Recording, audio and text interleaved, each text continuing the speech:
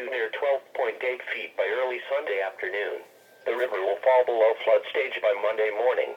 At stages near 13 feet, water spills onto low-lying area roads south of Springfield, possibly cutting off access to some areas, particularly near Durbin and Snyderville. Locations along the river upstream in Champaign and Logan counties also experienced flooding in lowland areas. Some evacuations may be necessary in low-lying communities along the river.